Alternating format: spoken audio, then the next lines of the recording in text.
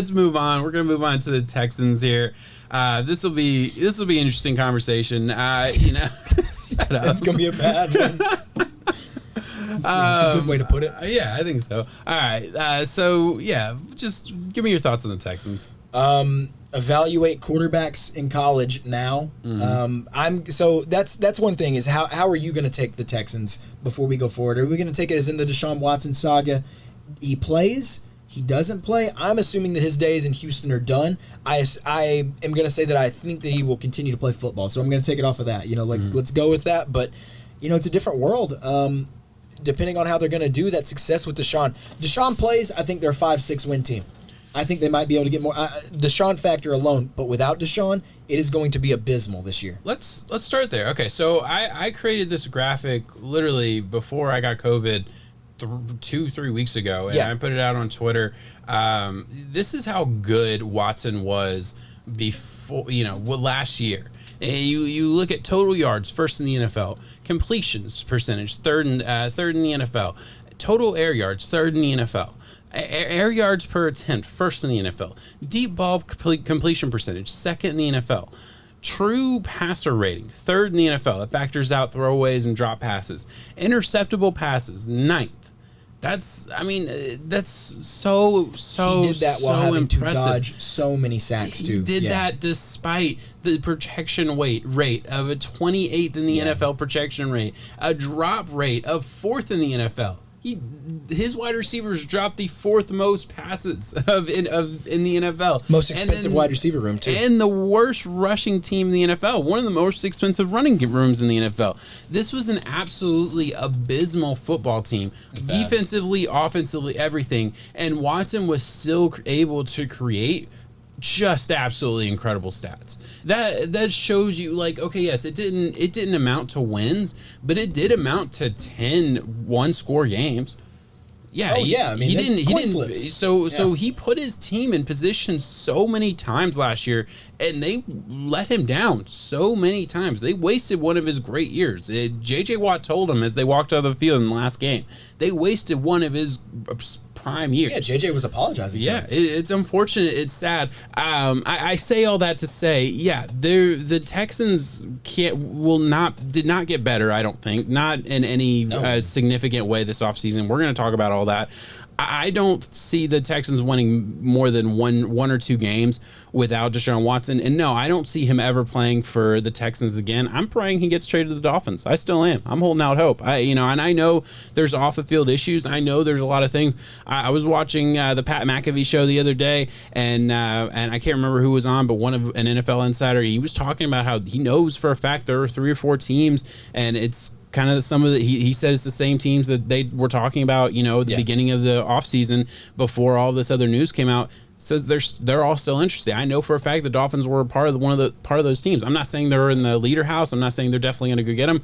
I just know that I'm a Dolphins fan, so I'm hopeful. I think there's absolutely no way that the Texans don't end up trading him. He wants out. He's showing up to camp right now because when you're in a legal battle, you can't really afford to miss work. It's kind of what you do, yeah. So he's going to show up. He's going to be a good soldier, but he has said, I think publicly, I know privately, but I think publicly that he still emphatically wants out and he wants to move on. And why wouldn't he? This team is a dumpster fire from a ownership standpoint. And I'm sorry, Texans fans. Like, I'm not trying to shit on your team. The ownership needs to make some changes, and I think everyone would agree with that. I would hope so. We'll move on there. I just think that's such an interesting stat to juxtapose how good Deshaun really was to how so bad the Texans were last year. It's ridiculous how bad they were last year. The fact that they won 4 games is amazing, and it's all because of Deshaun Watson.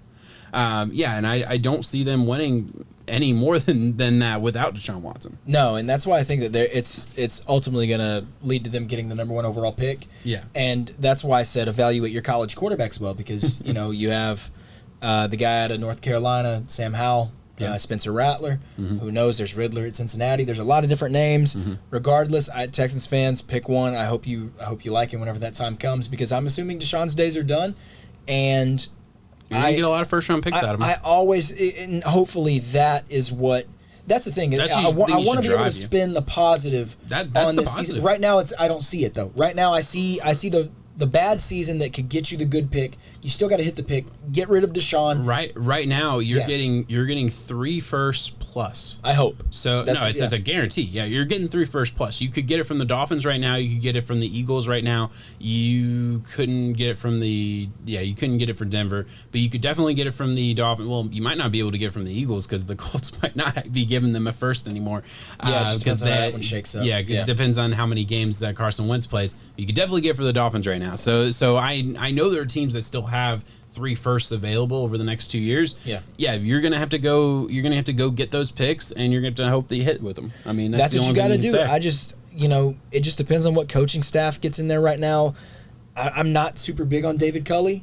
No, I think he's a placeholder. See, and that's the thing. Having a placeholder, it's hard for me to get behind the positive side of this whole year, other than looking at stuff that hasn't happened yet. The Deshaun trade, the future haul that you're gonna get. I don't know. If there's a world where they can salvage this Deshaun relationship, the problem is they don't have the money to get the people that could start to sway him over there. They don't have the infrastructure to even want to do that. And it is such... with the way everything's done... Exactly. With the way that everything has happened and transpired, there's just no way. Yeah. I think bridges are burned. This was a year where you were never going to get a top coach because you were going to be putting a top coach into a lame duck situation. This is a year where you just have to hope that you play you play your cards right. You hopefully maybe create a good nucleus for a football team moving forward. At least make you believe in something. And if that doesn't happen, move on from David Culley, which I do think will ultimately end up happening. And call this a wash year and start over next year. And start over next year with a new quarterback, and maybe don't even draft a quarterback this year. Maybe build out a give the guy a home to go to first. Yeah, before build your home before you put in the because you hit with Deshaun. But what happened? It was him alone, which now has caused him not only just that. There's been a lot of other things. But whoever it is steps into the same shoes Deshaun had. Yeah, very big shoes to fill. No one else to help you, and you can only hope to do just as much with nothing around you. Yeah. No, it might be a good idea to maybe pass on that. Yeah. Maybe try to trade down. Maybe get some more assets. I don't know. So let's take a step back because I feel like we're talking all future and we haven't really talked about what they did this offseason. Yeah. So let's take a step back here. They did bring in Nick Caserio as GM. They brought in David Culley as the head coach, the former Ravens passing game coordinator. If you would have asked me to pick the last passing game coordinator that I would think would get a job, it'd probably be the Ravens. Because you look at the Ravens, they were probably one of the worst passing teams last year. I can't think of a team that was just had a worse scheme and all the above for their passing game specifically. Very, very simple. I just think that's so funny. I mean, it's just crazy to me that happened. But David Culley was willing to take the job, so they gave it to him. Their free agency, and I want to bring this up because they brought in a lot of guys. They did. Nobody pops though. Nobody pops. Look at this list, man. I mean, it's just crazy to me the amount of names they brought in and the amount of nobodies they brought in. I would say Shaq Lawson, Malik Collins, and Marcus Cannon are names that I say the above average football fan would know. Mm-hmm. Kirksey as well. Mark Ingram, of course. But what is the running back going to do for you right now? Yeah, nothing. No, nothing at all. Yeah, Tyrod starts day one. Tyra probably does start day one. By the way, this is an old graphic. Duke Johnson is still there, so that was not a loss there. That's an old graphic that needs to be corrected. So I do apologize there. But yeah. Other than that, I mean, it's just they brought in, and there's a longer list here. Those are just some of the main names that were worth bringing up.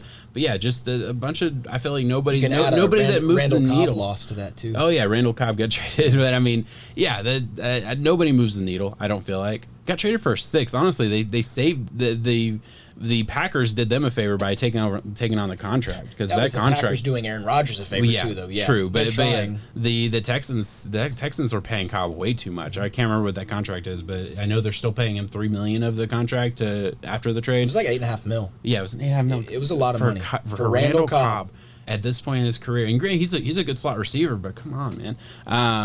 They got Aaron Rodgers got his buddy back though. For his sake. Yeah, exactly. Let's move on because listen, this is a weird hill to die on, and I get this, but this is where we're gonna go with this because I just find this so interesting, and because I'm going to bring up one of their draft picks. They didn't have a lot of picks, right? I'm going to give you their entire list right here. Their first pick was David Mills, obviously in the third round. I believe they actually wanted your guy. They wanted Kellen Mond. And the Vikings took him, so they had to draft Davis Mills. Their next pick is Nico Collins in the third round. I know what you're thinking. Oh, did they have 2 third-rounders? No, they didn't. They didn't have 2 third-rounders at all. This was the trade they made to go get Nico Collins. This is on the board right now. They traded a 4th, a 5th, and a 2022 4th to go get Nico Collins. That is in a time when you need picks. Too. When you need picks specifically, yes. That is the most. What is the right word? Asinine, fucking egotistical to think that you're so fucking smart. And by the way, I like Nico Collins. I actually think Nico Collins is awesome. I really do. I think he has a chance to be a big part of this offense because obviously with the Randall Cobb trade there's now, holes there. Yeah, it makes sense, and they obviously really liked him. Not taking anything. There's nothing to do with Nico Collins, but to trade 3 pieces on a team that is the worst in the NFL for a fucking luxury pick wide receiver, fucking asinine. It's weird, yeah. Fucking asinine, and it just shows like you don't understand the situation you're in. You're not one piece away. That's okay if you're the fucking, if you're the Titans and you want to go trade for a wide receiver. Yeah, you're a team that has a bunch of pieces and you feel like you're a wide receiver away. Go get it. And this is drafts. I'm talking draft, but not. I know they got Julio Jones. Maybe that was a bad example. You're saying right? When you were this bad, when you were this devoid of talent, you need picks. You need a plethora of picks. You don't need just the normal draft. And you're already going into this draft lacking the first and the second. Yeah. And who knows what you've been lacking in years prior to this. I'm pretty sure they haven't had their first 2 years in a row. Yeah, the Dolphins had them 2 years in a row. Yeah, so you're already hurting. The last thing that I think you can do is trade multiple picks away for a wideout. I like Nico Collins a lot too. I think for deep sleeper fantasy, it's a guy who could pop solely because of the role that he gets to step in. I love his big body. He's a good physical receiver. He is. But trading away the picks jeopardizes what you could be bringing in when you need so many other pieces. You really do. So it's just it was different. A huge misstep in my opinion from Caserio, and just another one. And I feel like consistently misunderstanding your assets, and by every definition of that term, assets. By assets means hold on to them. Yeah, exactly, man. Yeah, so I'm glad you agree with that. I know that's a weird hill to die on. I like Brevin Jordan. I love Brevin Jordan. I thought that was their best pick. I mean, they got him in the 5th round. That's a baller in the 5th round, man. He's a great player. I think he's kind of weird because I think it's 37% of his receptions were screen passes in college. Yeah, which is a little weird. Didn't have a ton of route running or anything. I know not dynamic route runners. He's fast, right? Yeah, he is fast. He's a big physical guy. Yeah, he's a fast physical receiver, and he is. I mean, he's cut. I mean, he's a good player. But yeah, I just thought that was interesting. I don't know. That's not a takeaway by any means. I just thought it was interesting the way they utilized him in college. Yeah. So I don't know. That was something I had to bring up. It's not something that we usually bring up, trades in the mid-round. But for a team like that, I thought it was interesting. Think you can afford that. Yeah, it was certainly worth mentioning. And then I have to throw this up here too.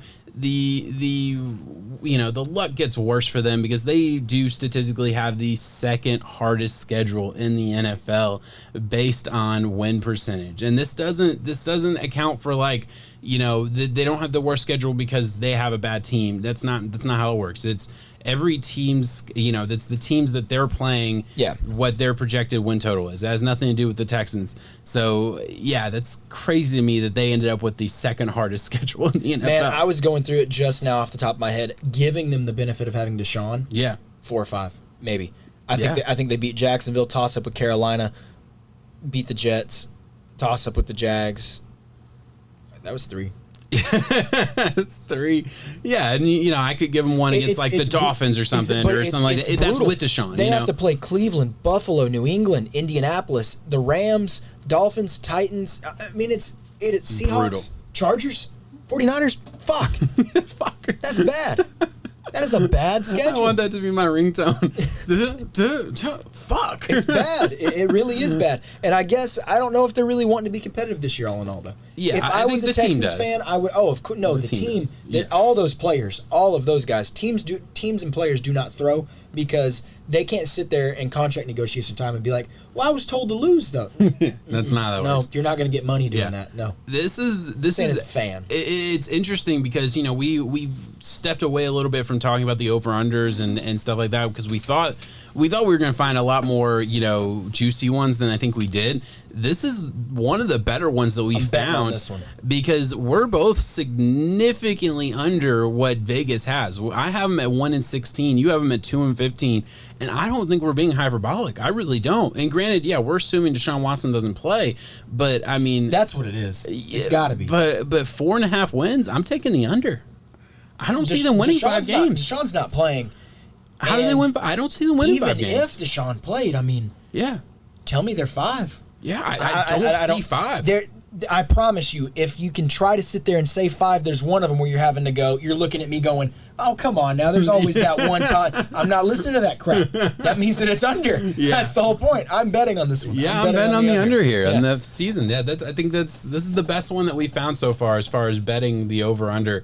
It's tough. It's a tough thing to do. It's tough to wrap your money up for an entire football season, but. Yeah, this is one I absolutely agree. I'm going to bet on that one as well. Anywhere else you want to go with this? I don't think I have anything else. No, it's going to be a bad year overall. Maybe they can see some of these young pieces really step up, and maybe they could have someone that they can know. Maybe they find the right character. Maybe they find the right drive. Maybe it just clicks, and they're like, okay, we want this going forward. Because whatever it is, I think you're right with a placeholder coach. Yeah. They're going to have to show up and show out, and hopefully they can have that place. Because that's the thing is that the rebuild isn't even started. Oh. The rebuild starts the day that Deshaun gets traded, and then when you finally get to see those picks in your head. No, I absolutely agree. The rebuild starts the second Deshaun gets traded. I think that's the best way to close it out there.